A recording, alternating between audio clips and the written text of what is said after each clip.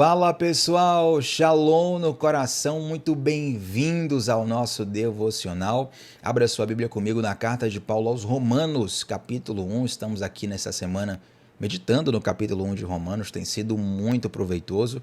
E você que é novo ou nova por aqui, eu já quero te convidar a se inscrever no canal. Se inscreve logo, clica aí e vem com a gente de segunda a sexta, 7h30 da manhã, sempre começando o dia mergulhando na palavra de Deus. Para mim vai ser uma alegria ter você aqui e a nossa série em Romanos está sendo muito abençoadora, gente. Além dos testemunhos que a gente recebe aqui nos comentários do vídeo, onde todos podem ler, tem também aqueles que chegam no direct, seja no Instagram, no WhatsApp ou até pessoalmente, presencialmente. Glória a Deus por tantas coisas que o Senhor tem falado conosco através da palavra dele. E eu quero ler com vocês hoje a partir do versículo 7 até o 13, tá bom? Versículo 7 até o 13, que diz assim: A todos os que em Roma são amados de Deus e chamados para serem santos, a vocês, graça e paz da parte de nosso Pai e do Senhor Jesus Cristo. Antes de tudo, sou grato a meu Deus, mediante Jesus Cristo, por todos vocês, porque em todo o mundo está sendo anunciada a fé que vocês têm. Deus, a quem sirvo de todo o coração pregando o evangelho de seu Filho, é minha testemunha de como sempre me lembro de vocês em minhas orações. E peço que agora, finalmente, pela vontade de Deus, seja-me aberto o caminho para que eu possa visitá-los. Anseio vê-los, a fim de compartilhar com vocês algum dom espiritual para fortalecê-los, isto é, para que eu e você sejamos mutuamente encorajados pela fé. Eu coloquei uma lâmpada aqui ao lado para reforçar e ela está piscando um pouco, né? Tomara que não apague. E tomara que a piscagem também não tire a concentração. Mas vamos lá, olha o que o apóstolo Paulo, gente, começa falando a partir do versículo 7, o seguinte. Ele fala que os cristãos que estão em Roma são amados de Deus e são chamados para serem santos. Ele ressalta que Deus é nosso Pai, que Jesus é nosso Senhor. Tem 3 informações aqui que todo aquele que é filho de Deus precisa se lembrar todos os dias.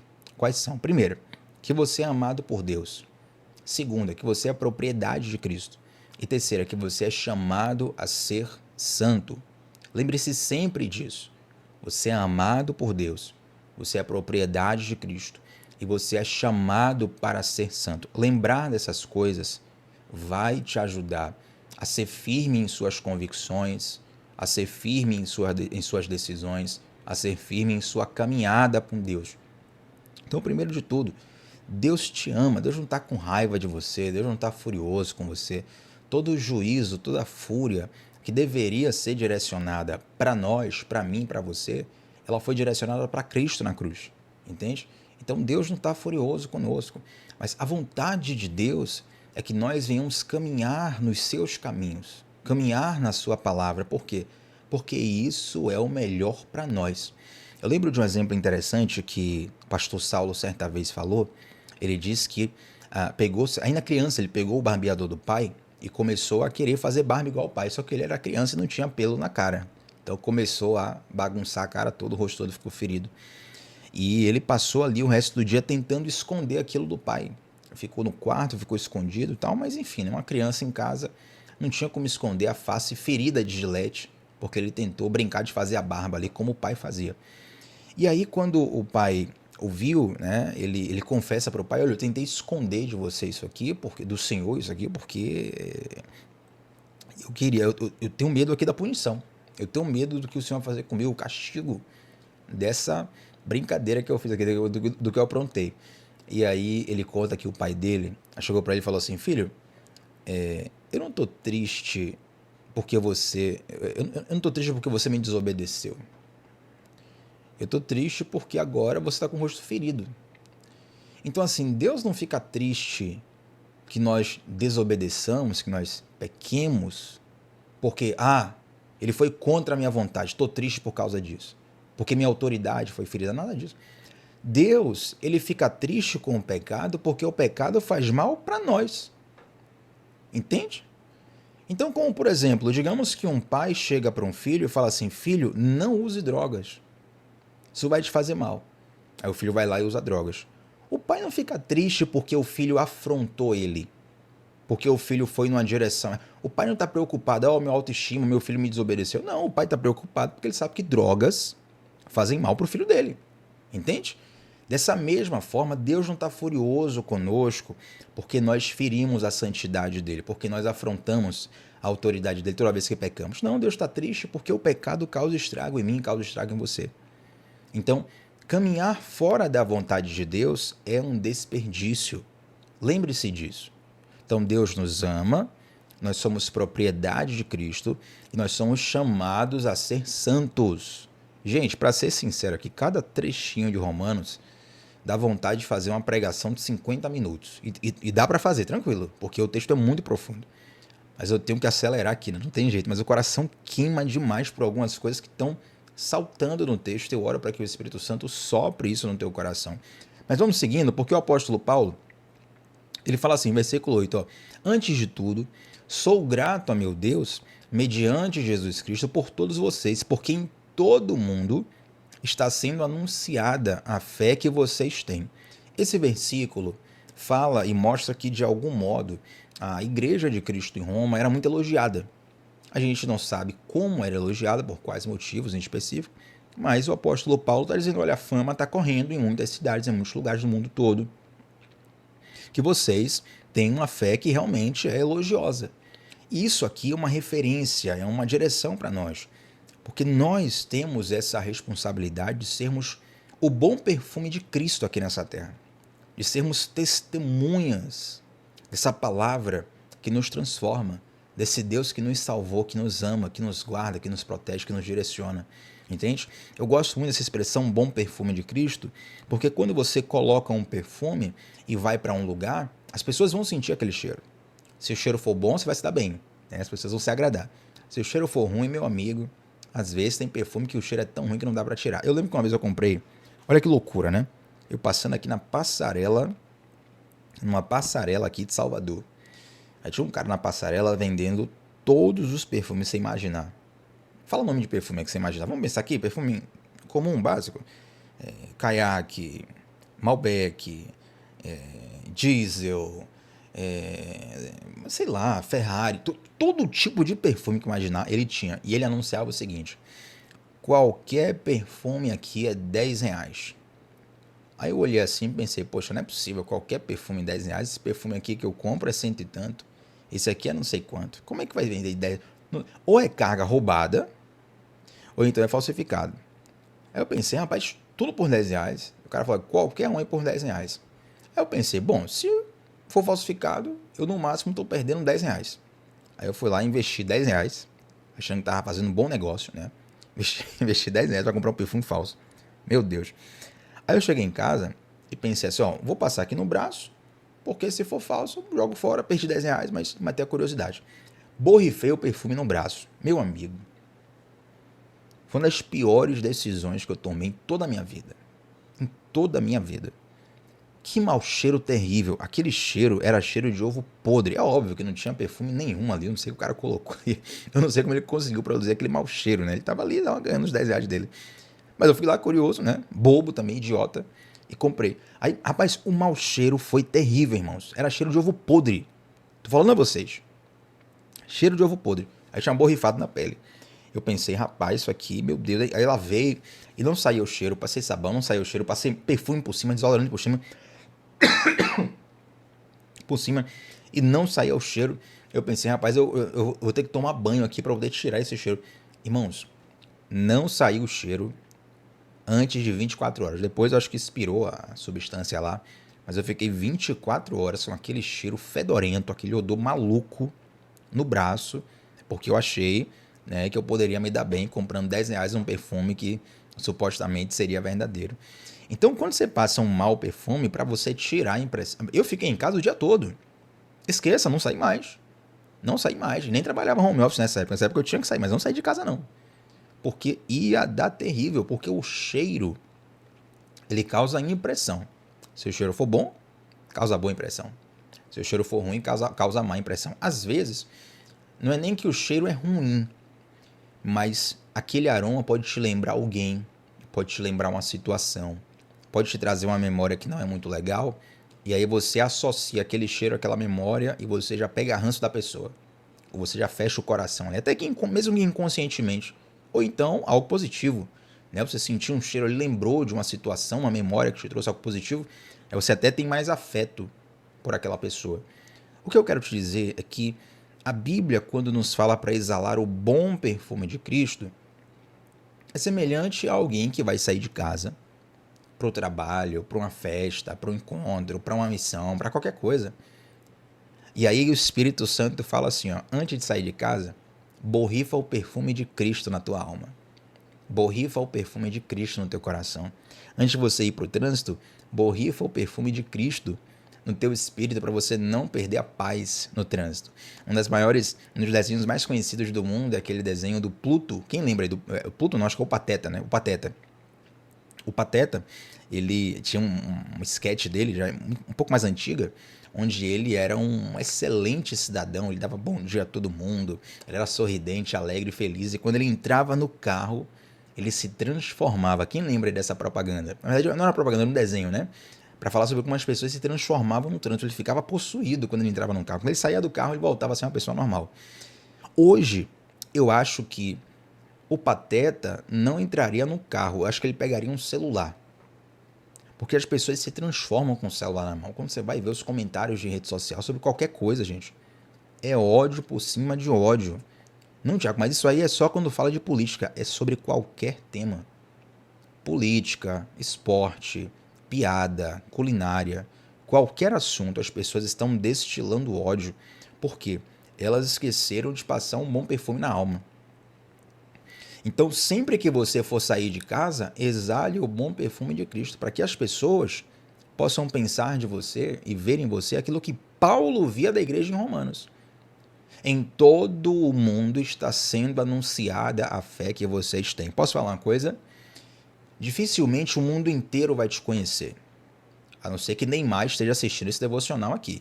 Messi, Cristiano Ronaldo. Fora isso aí, dificilmente o mundo inteiro vai te conhecer. Mas o teu vizinho te conhece. Quem mora com você te conhece. Os teus amigos te conhecem. Entende? E nós somos a Bíblia que o mundo lê. Poucas pessoas vão pegar a Bíblia de papel e começar a ler. Antes das pessoas pegarem a Bíblia, elas leem você. E aí muitas vezes a tua vida, o teu testemunho é o que vai ser o fator de decisão para a pessoa dizer eu quero isso para minha vida ou eu não quero isso para minha vida. Entende? Então honre aquilo que você tem, honre o nome que você carrega, honre a missão que Deus te deu, exale o bom perfume de Cristo. Amém, gente? Verso 9. Deus, a quem eu sirvo de todo o coração, pregando o evangelho de seu Filho, é minha testemunha de como sempre me lembro de vocês em minhas orações e peço agora que finalmente, pela vontade de Deus, seja-me aberto o caminho para que eu possa visitá-los. O apóstolo Paulo, ele fala dessa santificação que a igreja em em Roma, né, os romanos, a igreja em Roma vivia. E é interessante, gente, algo sobre santificação que eu quero pontuar aqui, é que santificação ela é tanto posicional quanto processual. Agora, fique tranquilo, eu sei que esses termos podem embolar para sua mente, mas vai ficar tudo tranquilo, que você vai entender tranquilamente. Santificação posicional e santificação processual. O que é santificação posicional? É você entender que a santificação ela é um lugar para você habitar. Deus te chamou para a santidade, entende? Então nós que fomos chamados para a santidade, versículo 7, ó, amados de Deus e chamados para serem santos. Esse chamado à santidade é um lugar. Você foi chamado a estar num lugar de santidade. Quando você desvia-se desse lugar, quando você sai desse lugar, é aquilo que nós chamamos de alguém que sai do centro da vontade de Deus. Você já saiu do centro da vontade de Deus?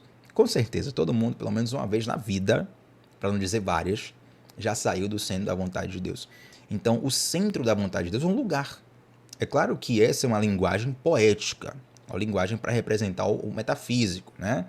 Aí você não vai perguntar, Tiago, onde é o centro da vontade de Deus? É no Rio de Janeiro, em São Paulo, em Salvador, em Manaus? Não tem a ver com isso. Mas é uma expressão poética para falar sobre alguém que está alinhado com o coração de Deus. Quando você sai desse lugar de santificação, você sai do centro da vontade de Deus. E aí é só tragédia, né? quando fala como se fala nas redes sociais hoje em dia, daí para frente é só para trás. Então eu espero que você entenda que a santidade é posicional, no sentido de ser um lugar, e ela também é processual. Essa é mais fácil de entender. Por quê? Porque a santificação ela é um processo. Quando você levantou sua mão, foi lá na frente, alguém fez uma oração por você, quando você se batizou, quando você fez uma decisão pública por Jesus, quando você disse em seu coração, eu quero viver uma vida de acordo com a palavra de Deus, eu quero viver de acordo com a vontade de Deus. A tua vida não mudou radicalmente a partir dali. De vez. Na verdade, eu quero dizer o seguinte, a tua vida não mudou naquele momento que você disse sim. As tuas opiniões, teus pensamentos, tua mentalidade. O que você fez foi expressar uma vontade, um desejo. Mas quando você voltou para casa, você teve desejos de pecar, você passou por tentações. Você precisou aprender, crescer, avançar, evoluir. Por quê? Porque a santificação ela é um processo. E todos nós estamos nesse processo. Não tem ninguém que tenha alcançado a totalidade desse processo em vida. Nós só vamos alcançar o auge da santificação, a santificação perfeita, quando Cristo nos glorificar. Quando Jesus voltar, seremos glorificados. E aí estaremos livres da presença do pecado. Eu sempre falo isso, que nessa vida, quando Jesus entra na nossa história, nós estamos livres do poder do pecado. O pecado não tem mais poder sobre mim. Mas ele ainda está ao meu redor. É por isso que mesmo sendo santo, filho de Deus, amando a Deus, querendo fazer tudo certo, eu posso em algum momento pecar, porque o pecado está sempre ao meu redor, está sempre disponível para mim. Mas quando nós formos glorificados por Cristo, formos livres desse corpo mortal, nós seremos livres da presença do pecado. Então, enquanto esse dia não chega, nós estamos num processo de santificação. Por que eu faço questão de enfatizar isso? Primeira coisa, não se puna. Muitas pessoas carregam um sentimento de culpa quando cometem algum erro, e esse sentimento de culpa só vai te destruir. A culpa, ela te leva a buscar uma punição. Sabe por que muitos colocam o pé na jaca? Porque eles ficam reféns de um sentimento de culpa. Você cometeu um pequeno erro, mas aí a culpa toma o seu coração e de repente você enfia o pé na jaca no pecado, né? Joga tudo para cima. E o dano é muito maior. Por quê? Porque a culpa te consumiu. Entende? Então, quando você errar, vai para a presença de Deus, corre para Ele, pede perdão a Ele, tenta melhorar, faz isso. Deus sabe que você vai falhar. Está na previsão de Deus que você vai falhar, gente. Assim como uma criancinha, que ela está ali aprendendo a andar, então primeiro ela engatinha, daqui a pouco ela começa a andar, aí cai um pouco, aí daqui a pouco começa a andar um pouco mais, mas ela ainda toma um tombo ou outro. Você não vai punir a criança porque ela caiu. Pelo contrário, você está torcendo por ela. Você está dizendo ali, vai filho, continua, para que você veja o avanço dela. Então Deus está celebrando os seus avanços. Quedas poderão ocorrer, mas Deus, Ele não vai te esmagar se você pecar, se você errar. Ele não vai destruir tudo. Eu falo isso porque quando você cair em pecado, quando você falhar, quando você ceder à tentação, o acusador vai chegar para você para tentar colocar culpa no teu coração. E se você abraçar a culpa, aí você vai fazer mais besteira ainda. E aí, infelizmente, você corre o risco de danificar ainda mais o teu coração, a tua alma, a tua história. Então, sempre que falhar, corre para o joelho, vai para a presença de Deus, pede perdão. Procura pessoas mais maduras para te ajudar naquilo que você tem falhado, naquilo que você tem errado. Isso é extremamente terapêutico e profundo para a santidade processual, aquela que está em constante avanço nas nossas vidas. Amém? Vamos avançando aqui para o final.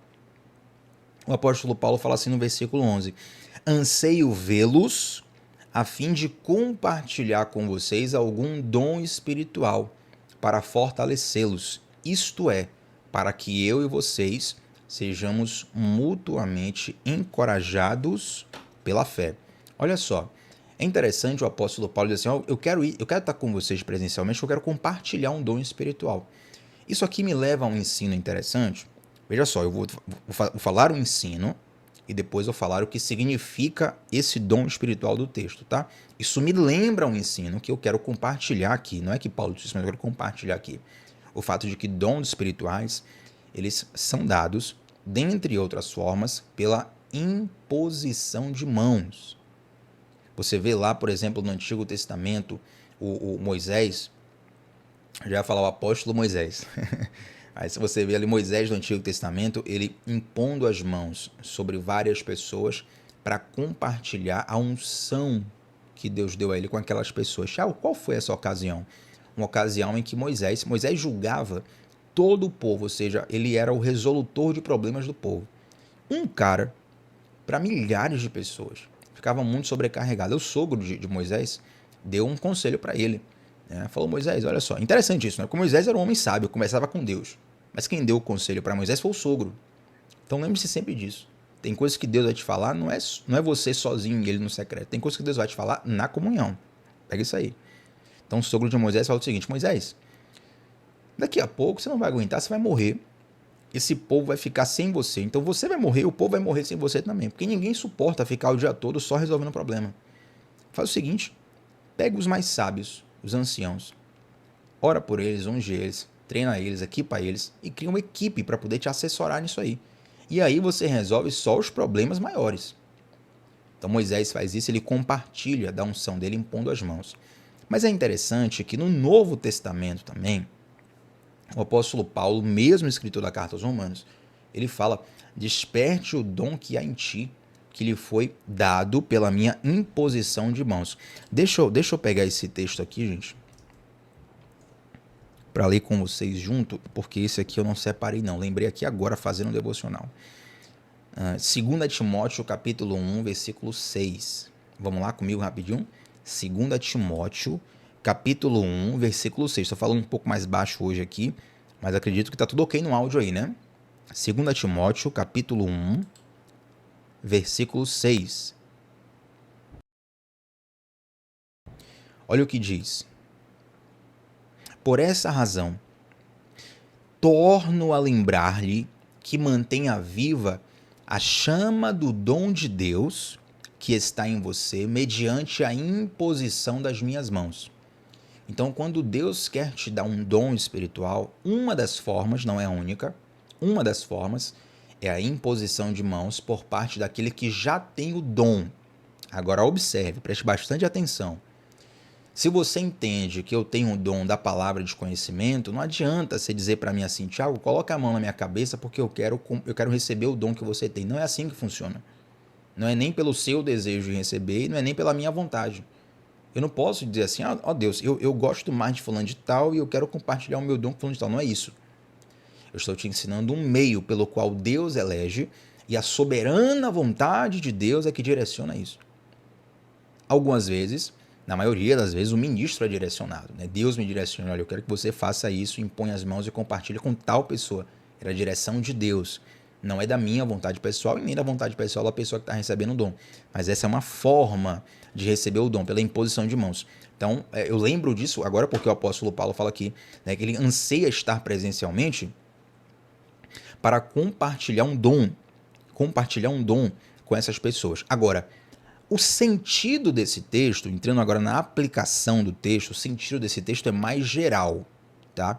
Então, quando o apóstolo Paulo fala aqui, ó, anseio vê-los, a fim de compartilhar com vocês algum dom espiritual para fortalecê-los, a ideia não é um dom específico, não é o dom de línguas específico, ou o dom de profecia específico, o dom de cura, a ideia não é essa. A ideia é de estar num momento edificante com vocês, entende? Na nossa igreja nós temos os grupos de comunhão, meu grupo de comunhão é numa terça-feira. Então é como se eu chegasse para os meus amigos que fazem parte do grupo de comunhão e falasse assim, ó, tô doido para chegar terça-feira para estar com vocês e compartilhar esse momento edificante que é o nosso grupo de comunhão. Então, se eu fosse utilizar uma palavra mais poética, eu poderia falar assim, olha, tô doido para chegar logo terça-feira para compartilhar um carisma com vocês. Tiago, por que você falou carisma? Porque carisma é a palavra grega para o qual se traduz em português dom espiritual, tá bom? Carisma. Por isso que, inclusive, se fala em dons carismáticos. Então, a ideia aqui é num sentido mais geral. O apóstolo Paulo quer estar com momentos ali com aquela igreja em Roma presencialmente, porque tem coisas, irmãos, que só no presencial, não tem jeito. É claro que o online nos ajuda muito, né? Nós nos encontramos diariamente no online aqui, mas tem coisas que só no presencial para você realmente usufruir e sentir aquela atmosfera. Inclusive, fica aí uma dica de crescimento espiritual para vocês. Quem pegar, pegou. Nem vou explicar direito isso aqui agora, não tenho tempo, mas quem pegar, pegou.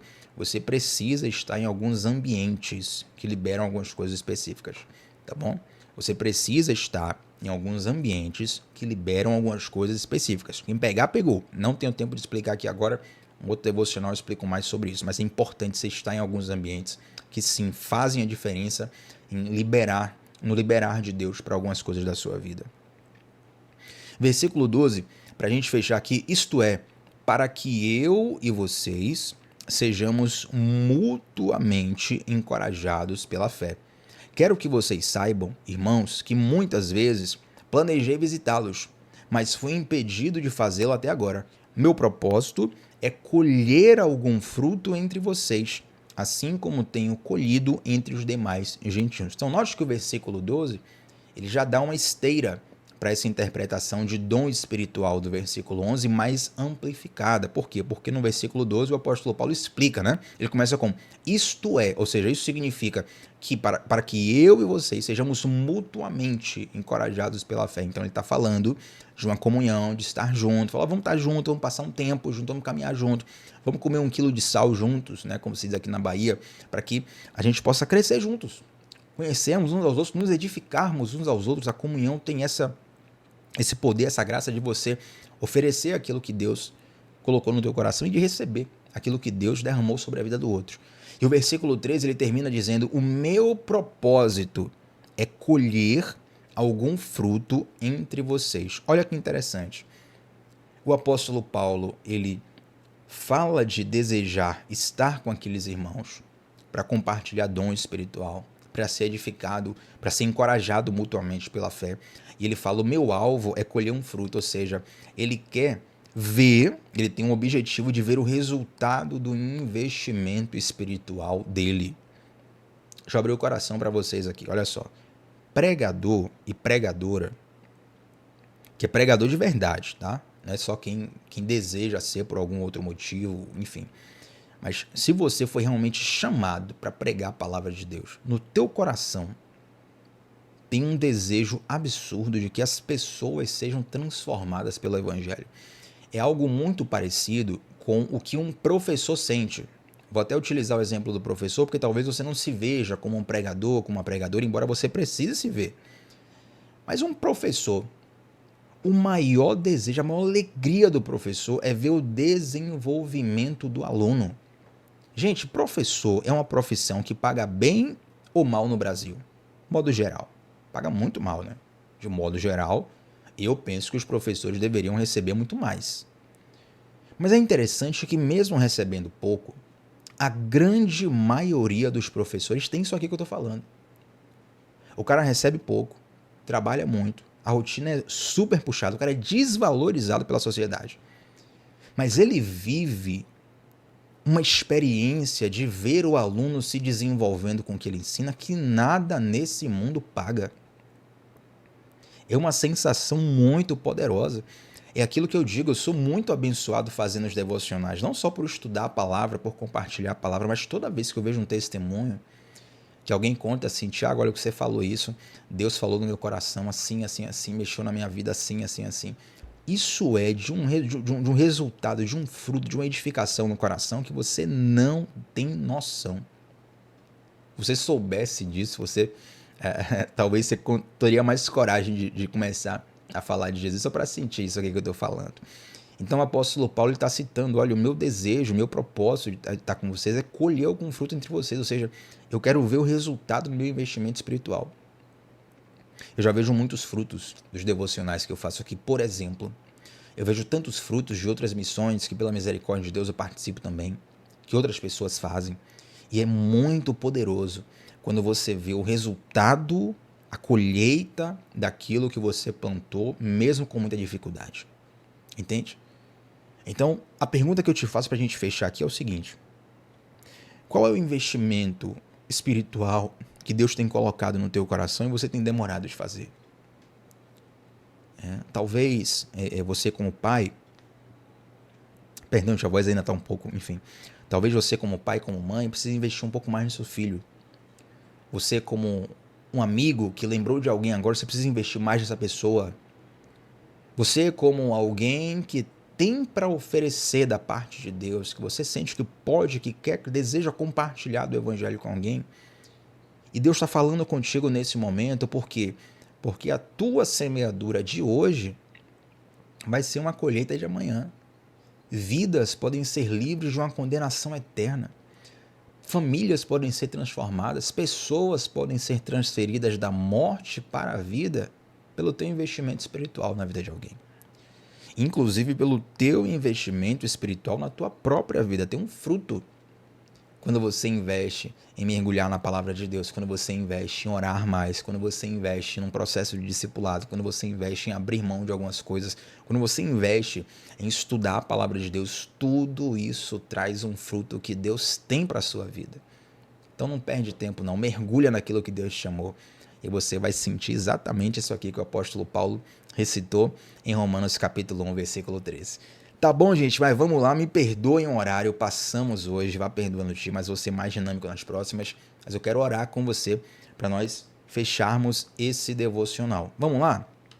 Antes da oração, inclusive, gente, para a gente fechar com a oração, estão abertas as vagas, eita Jesus, estão abertas as vagas para a nossa comunidade do discipulado bíblico, onde uma vez por semana eu dou uma aula sobre princípios, fundamentos da fé e da espiritualidade à luz da Bíblia.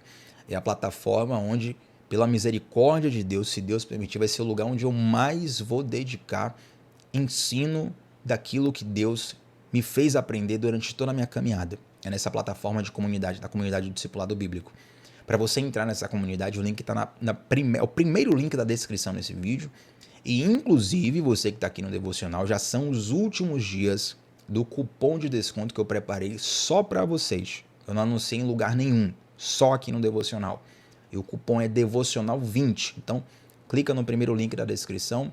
Já tem aula na comunidade, nós vamos sempre postar uma aula por semana, já postamos a primeira. Estamos lançando a comunidade. Eu quero muito que você participe comigo e certamente você vai crescer demais para a honra e glória do Senhor, querendo o bom Deus. Então, clica no primeiro link da descrição e aproveita o cupom de desconto Devocional 20, que já sai do ar. Os últimos dias aqui, mas aproveita. Vamos orar, gente? Vamos orar?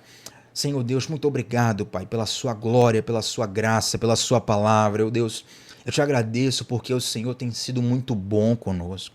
Te agradeço, Pai, porque um dia alguém investiu em nós. Um dia alguém dedicou oração, dedicou ensino, dedicou tempo. E é por isso, Pai, que nós somos alcançados por Ti. Eu quero te pedir, Pai, para que tudo o que nós comentamos nesse momento aqui no devocional seja multiplicado em nossos corações, amplia a revelação, amplia o entendimento, amplia o amor, amplia a paixão, amplia a fome, amplia a sede em nossos corações. É o que eu te peço e te agradeço. Em nome de Jesus. Amém. Gente, deixa um like nesse vídeo. Seu like conta demais para esse vídeo chegar para mais pessoas. E antes de sair daqui, deixa um comentário sobre como Deus te abençoou nesse devocional. Qual foi a parte desse devocional que mais ficou no teu coração? Coloca aqui nos comentários. Seu feedback é muito precioso, é uma bênção. E eu faço questão sempre de responder todos os comentários que tem aqui, tá bom? Tamo junto sempre de segunda a sexta, às 7h30 da manhã, sempre começando o dia mergulhando na palavra de Deus. Shalom no coração, gente. Até a próxima. Tchau, tchau.